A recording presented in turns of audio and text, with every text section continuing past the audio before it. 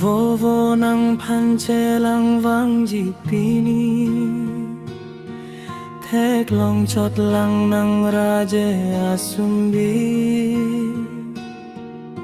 Seng ve do thek de pini Mantu si che tong long sera chi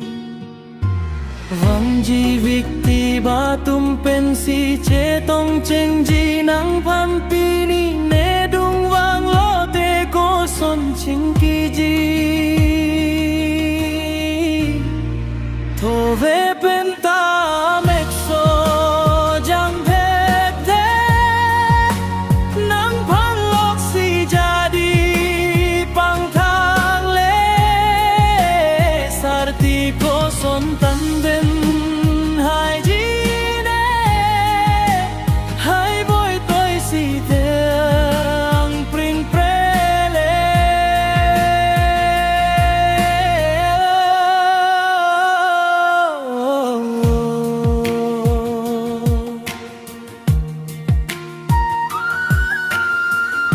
Nang pan nang ka che lang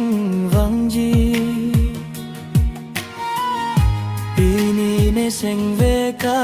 thiri Do thek the pi si klem ji pini Ko son ne che khang dun hai ji Kai chok lang chot ne nang sum bi hum ri hum pat vang no ne rin di ne kang hon na prang nang si nang man ji To ve pan ta mek so jang phet ta nang pan lok si ja di pang thang le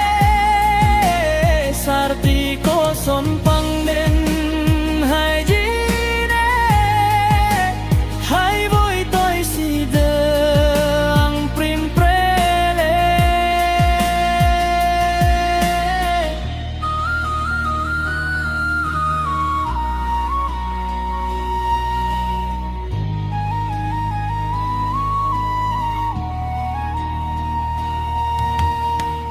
Mang munari cho piraje ke menang turi Kacelon pindeng pekok sini Sarti nang cari doan ke vang alohi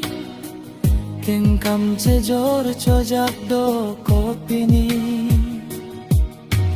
Ko son sine nang dung vang ji chojak ong ne nang pan pini Nang kang hon hok pet lo ma ne pan pini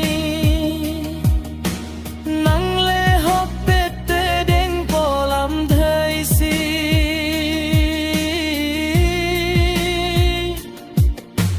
Seng ve ing sam mong ne pini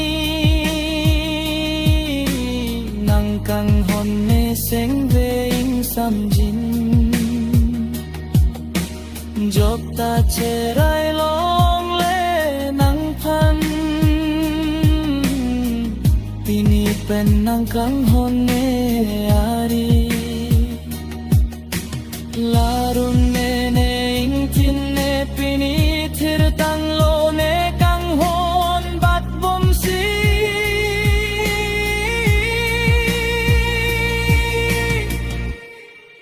Kai cho